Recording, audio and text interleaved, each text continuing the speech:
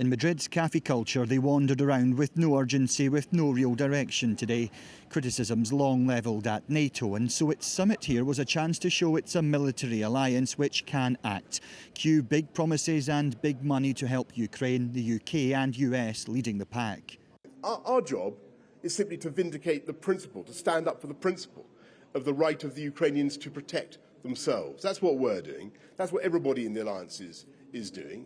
And we want to give them the means to repel the Russians, to expel the Russians from the territory that they have occupied, because that is the right thing under international law. That means £1 billion more military support from the UK on top of what's already been given, buying Ukraine tech it needs to fight back, a move praised by this Ukrainian MP.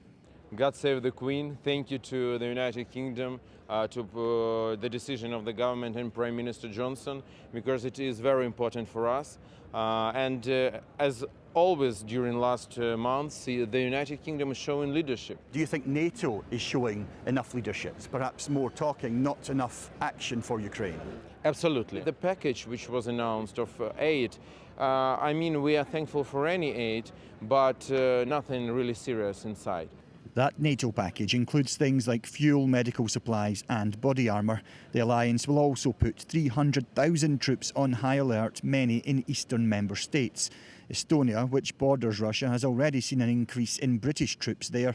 The country's defence minister telling 5 News they have to be prepared for any eventuality. How likely do you think it is that Russia would consider invading Estonia? I believe that nobody sees to the head of Putin.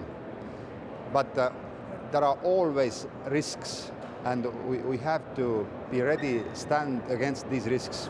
From a summit in the shadow of war, there is now greater NATO solidarity in the face of Russian aggression.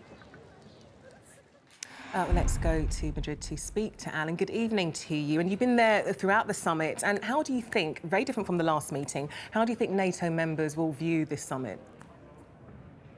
You know what, I think they will view it as a successful summit, and it's quite a change. Not long ago, Emmanuel Macron described NATO as almost brain dead, and I think war in Ukraine has given them a chance to show some unity perhaps when there wasn't stuff there before, and I think 2 new members joining allows them to say, look, we are expanding and responding to threats out there, but the challenge will be on things like this defence spending for lots of countries in this alliance, and what else NATO can actually do without ending up dealing with a direct confrontation with Russia.